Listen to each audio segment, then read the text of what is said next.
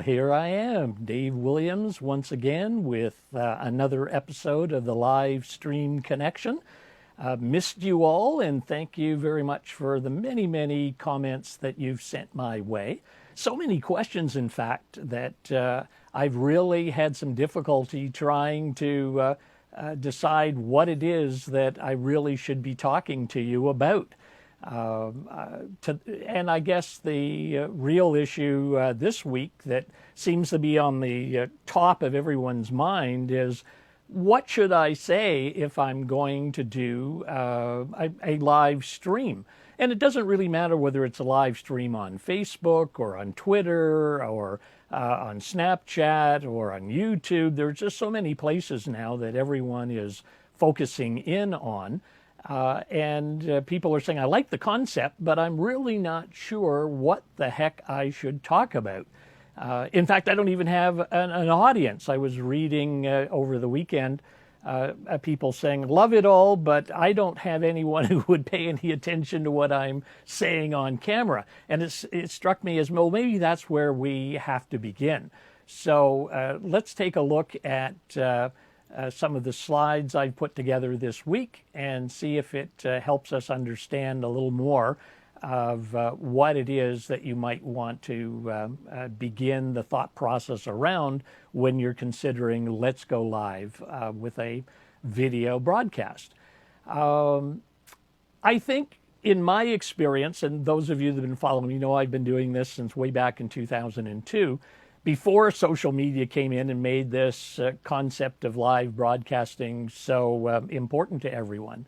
It was always about finding a way to create a conversation with someone. Those of us that were doing any recorded video, produced video, would create a high quality message, get it onto our video servers, and then we'd wait for someone to respond. But we couldn't have a conversation. That's really what the difference has been over the last year and a half, that you could be on camera, and if you were clever in what you were talking about, people would start to interact with you. In fact, that's what you really want to do with your blog post, right? When you're posting on Google, or you're posting on your blog, or you're doing it on LinkedIn or over on Facebook, the goal was, I've got a message, and now I really want someone to give me some feedback to know if I'm relating to their particular needs. And that's what we're really talking about with video, is providing a lot of information that's valuable to our clients in a short period of time. In fact, I'm just rambling away here, and I've probably done 4 pages of text if I was actually typing it up and posting it in a blog. But on a video, people will just follow the conversation. And if they're intrigued by it, because we have a live text chat, people can jump right in and start to make comments, and I can respond directly to them. And that's pretty well all that you need to know. Is to begin, you've got to start thinking of, what are the conversations that I would like to have with someone. And since I tend to focus on cancer coaches, life coaches, wellness coaches, health coaches, it really is about what would you say at coffee if you were trying to help that client or potential client deal with the issues that they're facing. And all we're doing on camera is taking that same concept of sitting, as I'm doing with you, having my morning coffee with you, or afternoon coffee, depending on the time zone you're watching this. And I'm talking about things that are important to you. And that's where you would begin, is to make a list of the issues and the problems that you're getting already from the clients that you're working with, or what you've been writing in your blog posts, or what you're seeing being posted and talked about in different social media. What is it that your colleagues are streaming about that's noteworthy, that you think that if we were sitting in a coffee shop, just casually conversing with one another, what would you talk about? And that's how you begin. Say, well, what should I talk about? Well, what you'd talk about if you were having coffee. And as I say, there's lots of ways that you can begin looking at this. Of course, it does mean you should have a plan. You just don't want to ramble off. You are trying to build trust, and you're trying to build a relationship with this person that's watching you on the live stream. And if you can try to meet their needs and show valuable information, they get to know you, and they get to decide whether they like you or not. And if they like you and they like your content, then maybe they're reaching out and say, could I work with you in some fashion? Live streaming isn't necessarily about selling something. In fact, I put that way at the bottom of what you would do with a live stream. Now, if you're doing a webinar with a live stream and there's a call to action that's selling a product or service, okay. But what we're talking about today is, doing what I'm doing today, just hitting my record button, coming on with some thoughts that I have in mind, that I've had a plan. I've thought about it for a couple of days, tried to come up with some content that would be of interest to you. And I've had to make a decision. Is it just spontaneous thoughts? Well, it's not just me rambling. Now, some people out there do that. They just show up. They're on camera. They've got 5 minutes of just talking about something that's important. Nothing wrong with that. It opens up the conversation, and that's what you're trying to do. Are you giving a news update, something that you've just read about that you think would be of interest to the people following you on your Facebook channel? Are you trying to offer a solution to an issue or a pain point that a client might be dealing with? And so that's where you would jump in again with your content based on a plan of here's what people are asking. As I said to you, people have been writing in saying this is what they are concerned with before they start on live streaming, and I'm trying to provide some information that would be of use to them. Now, is it education and training as I'm doing now? Well, that's fine. Is it better suited for a web seminar online, or is it better suited here where it's just a casual conversation and to keep myself on track? I have some PowerPoint slides that help me focus my thoughts. Or is it to entertain you in some fashion? I'm not very good at spontaneous jokes, but some of you are. I've been watching some of the live streams that you're doing, and it's entertaining, and I'm watching because I like to have a smile put on my face when I pay attention to your stream. So if you start thinking about, is it to train, is it to educate, is it to entertain, is it to solve problems, is it to provide information? You've got a lot of areas that you could talk about. You're an experienced person with a message, and now it's just organizing it into some kind of plan. Now, once you've got that plan in mind, it's, well, how do I build an audience? Because, well, no one knows me right now. I might have, 10 people. Well, as we've talked about in previous episodes of the Livestream Connection, the nice thing about video is they get shared, and people who don't know you now will know you in a few weeks if your content is of value. And you could bring people over to a blog post or to your website in this way, and people get to know you. But to do that, you've got to have something that, again, is valuable to them.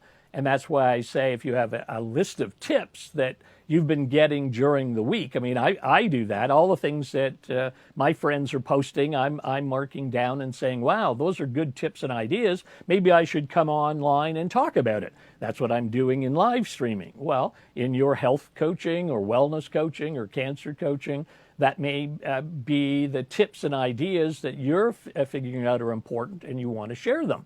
Some of you have been very successful at sharing events that you're participating in, live streaming, turning on your mobile device and streaming an event, a fundraising event in your community, a run that you're on, a tour that you've done of the local hospital or local business or something that's of interest you think would be of interest to your audience. And you do a tour, a live tour, and people follow you because they're seeing the world through your eyes in a spontaneous fashion. But it could, as I say, be very educational, and you could do a weekly show that just is a summary of all the information that you think is important and of value to your audience. It might even be an interview with someone. Many of you have seen the interviews I've done with coaches, and I'm going to continue doing that in the next few weeks. And so you might want to do that as well.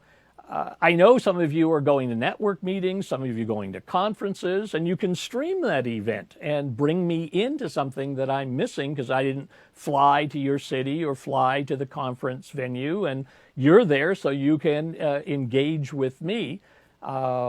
Maybe you could do what I like to call the Cancer Chronicles, because as you know, I'm a cancer survivor, and cancer recovery is important to have stories from the patient and survivor of how they chronicled their journey, how they went through treatment into survivorship successfully is of interest to me. And some of you may have clients that would come on camera and share their journey.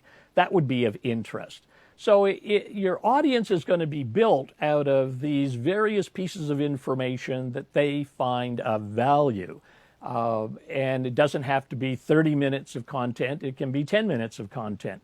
But it has to be, as we said before, a frequent kind of thing that you do on a regular basis that people know where to find you.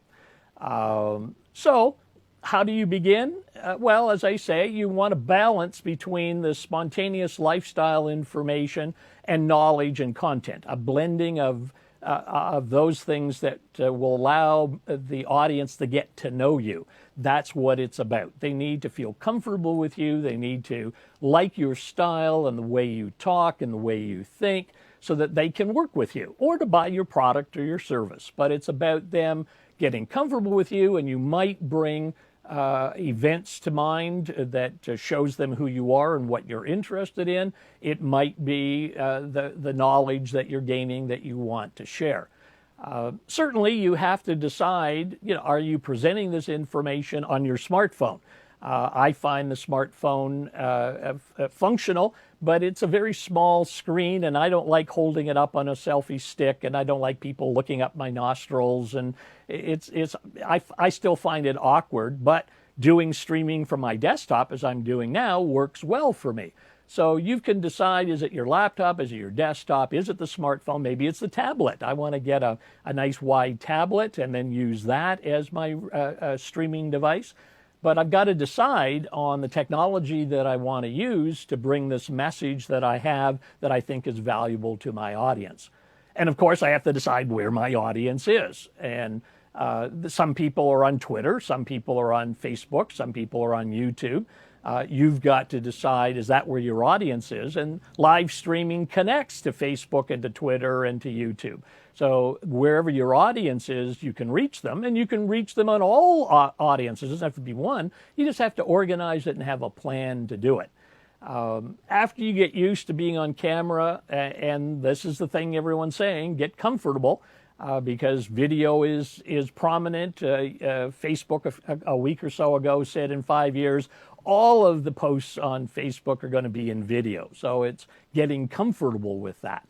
And if you're getting comfortable, then maybe you want to have a co-host and have a talk show or some kind of interviewing process that you bring other people on to share the camera with you.